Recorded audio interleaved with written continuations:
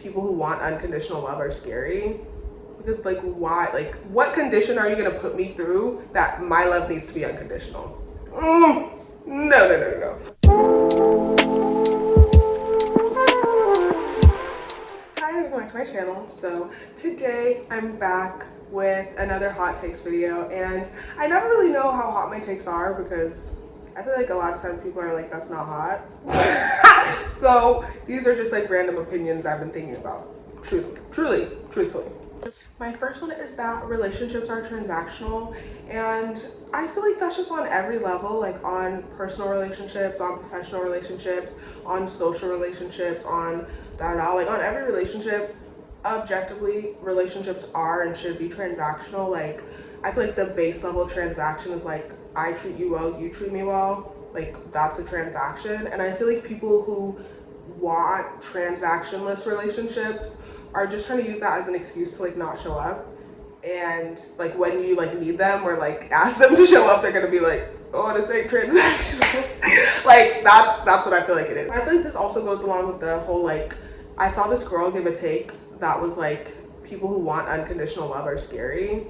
Because like, why? Like, what condition are you gonna put me through that my love needs to be unconditional? No, no, no, no, no.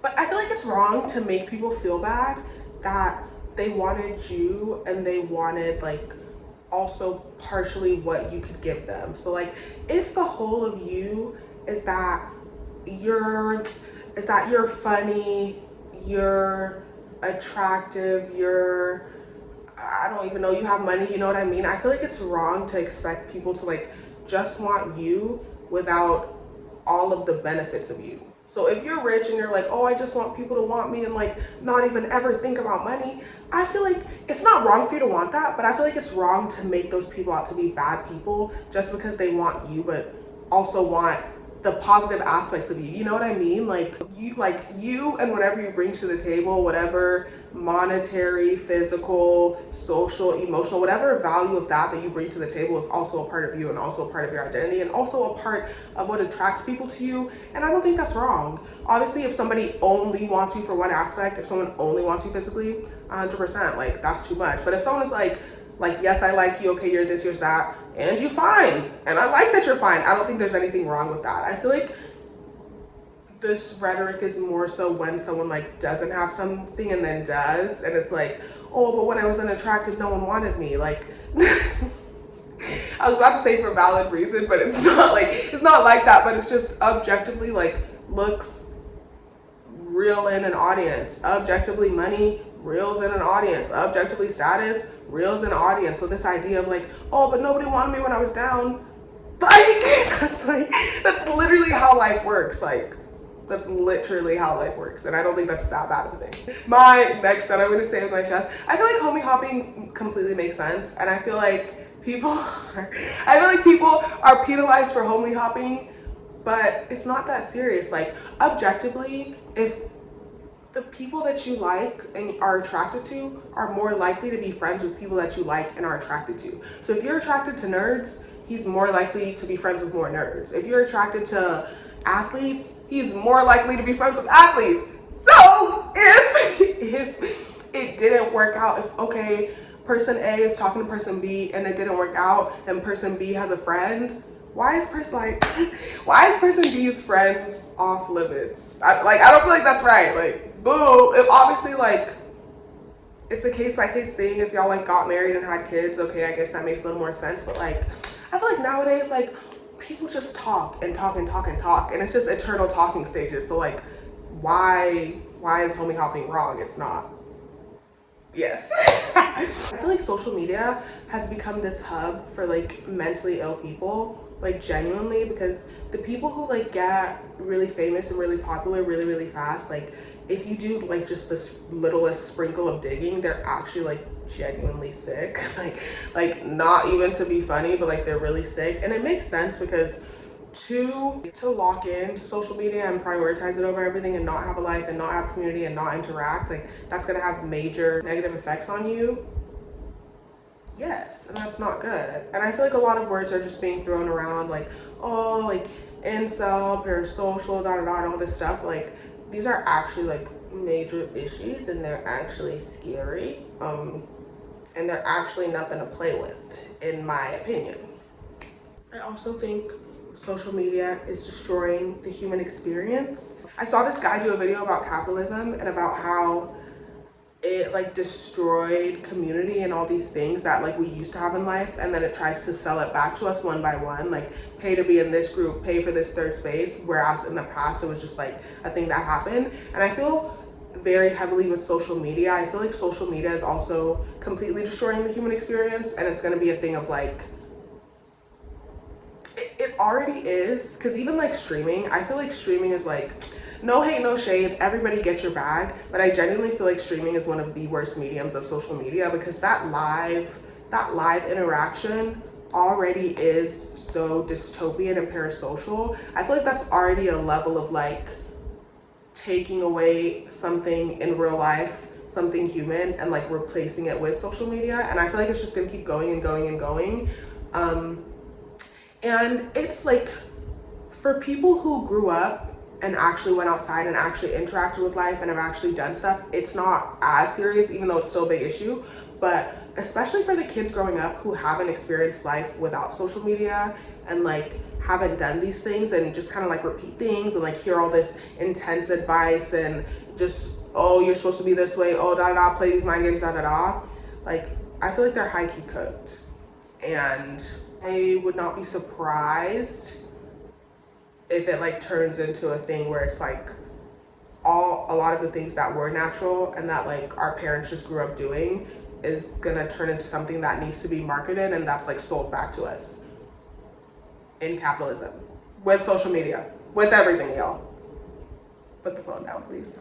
I don't think being drunk or blacking out or anything is an excuse for your behavior ever. So like, if you black out and you cheat, like, I still think you're a dirty dog and I still think you're a cheater. Like, I feel like being drunk just unlocks who you are, but being drunk does not invent a new you. And I feel like people sometimes try to, oh, I was drunk. Okay. I get drunk, I get chatty. I'm sober, I'm chatty. I get drunk, I get, oh, I wanna frolic, I wanna meet people, I wanna talk to people. I'm sober, I wanna frolic, I wanna meet people, I wanna talk to people. I've never gotten drunk and done something and been like, that is so not in my character at all. No. Anytime I get drunk and I do something, I'm like, yeah, that's like pretty on brand. So when people try to justify something bad that they did, talking about I was drunk, I don't care. And it's never an excuse, in my opinion, but I feel like people use casual sex as a scapegoat for every single issue with dating and every single issue for their life and da da da. But I don't think casual sex is as big of an issue on the dating totem pole as people like to put it. Like, I feel like people pretend that, oh God, like if casual sex was gone, then everything will be perfect. No, relationships will be good. No.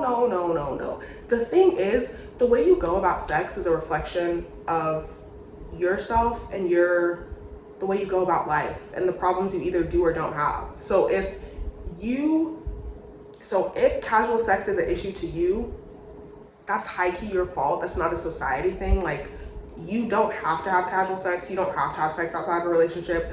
You don't have to have sex with anybody that you don't want to. Obviously, I'm speaking of consenting situations. If there's anything without consent, obviously I'm not talking about that at all. But like, as an adult in consenting situations, you don't have to do anything. Oh, casual sex is the reason why, like, no, it's not. I feel like the reason dating is a mess is because dating is a mess, and because a lot is changing for men and women, and because social media is a mess. Like, I feel like there are so many other important and significant factors in dating and like the mess that is dating, and casual sex is like extremely low for me, in my opinion. I feel like I said, the way you go about sex is a reflection of you, not the opposite way around. Yeah, it's not sex's fault that you do it wrong. It's your fault that you're doing sex wrong. Because if you don't feel safe having sex inside a relationship, you should not be having sex outside of a relationship.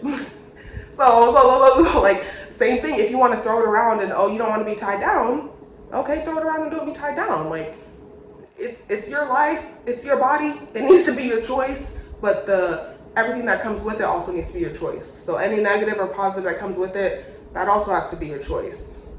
I feel like people romanticize the past so much, especially in regards to dating. And like, I know why, but I feel like it's so inaccurate and performative and just untrue. And like a million times more, if you're a woman and you're romanticizing the past, like my disappointment level is at a million. I feel like the past for literally all parties involved was just a loss of choice. Like men had to show up a certain way and women had to show up a certain way.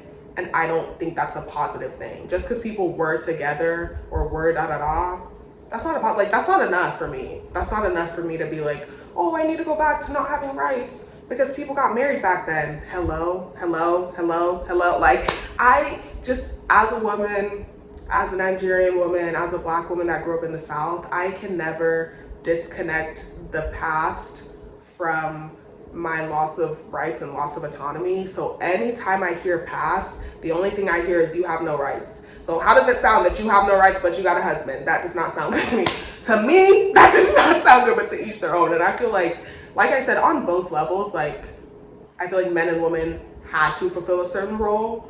And that's not a cute concept, have to. Like if you want to show up a certain way, amazing. But having to do something is not cute. Yes. Yeah, I made a whole video about the bird trend because I feel like it's very layered and people try to simplify it. Probably me included. I'm a hypocrite. I could have done it before, but like the reason there are so many birds and women are so not good at certain things romantically, especially in regards with men, is because of socializing and the way that women are socialized to value proximity to men, a relationship with a man, and a man choosing you. So it's like, objectively, as a woman, there's super stuff that you could do in regards to a man, amazing and true, but I feel like the whole bird label has just like dumbed down everything into just like, you're stupid. And like, yes, and I feel like there's generational, there's insanely social, like there's so many insanely valid reasons as to why women do not exercise their autonomy and do not make the most rational decisions with men. And I feel like the whole bird thing just completely eradicates that, and it's just like no, you just get to be stupid. Like, let's skip over the part where you literally couldn't do anything without a man except for like up until a couple years ago. Like everything, there's just so much that adds to that reason. And women have not been removed from no rights far enough and long enough for it to be such a like callous and simple, like, oh, you're stupid, oh, you're a bird, do better. That's my opinion. So like, yes, you can make stupid decisions, people make stupid decisions, but like there's insanely valid reasons that a lot of people do this. Some people are getting this straight from the mother bird's mouth. Some people are getting this straight from their mom, and they're from young, their mom is telling them, show up this way for a man, it's important for me. Like, so it's like, no, I'm like, I just always have to cut women slack. Like, no, it's not that simple. I also made a video about purity culture, but I'll just like dab this in. I think purity culture is extremely sexual and very over-sexualized, and I think on sides of extremes, I think there's purity culture, and then I think there's over-sexualization, but they're both the same thing, because in purity culture, this idea that the only way that people can relate to you is in a sexual manner, so everything you do has to be to combat that, and the idea that like men can't have self-control, so yet again everything you do has to be to combat that, is extremely sexual. And like everything that you just push and you look back, leave something to the imagination, that's also sexual. So it's like, it's doing the same thing, but one seems better. But like, well, you know the truth. I feel like being in the middle is the place to be. Like, you should not only see yourself and other people or the sex that you're attracted to, female, male, whatever, you should not only see them as sexual objects. And if you do, that's a problem. Whether you constantly over-sexualize them or whether they have to be dressed up as a nun for you to not, that's not okay on either side. Going along with religion, I feel like if you need religion to be a good person, I fear you, I really do. Like the whole idea of like you're dogging everybody out, you doing crazy stuff, you did all this insane stuff, and then one day you picked up the Bible and that's what changed you. Like, I don't think there's anything cute about that. I think if you don't have an innate moral compass, and if you don't like reflexively not feel good hurting people, if you have to read if somebody has to tell you to not hurt people and that's the way that you learn how to do that, I think that's insane, truthfully. That's all for today. Comment your thoughts down below.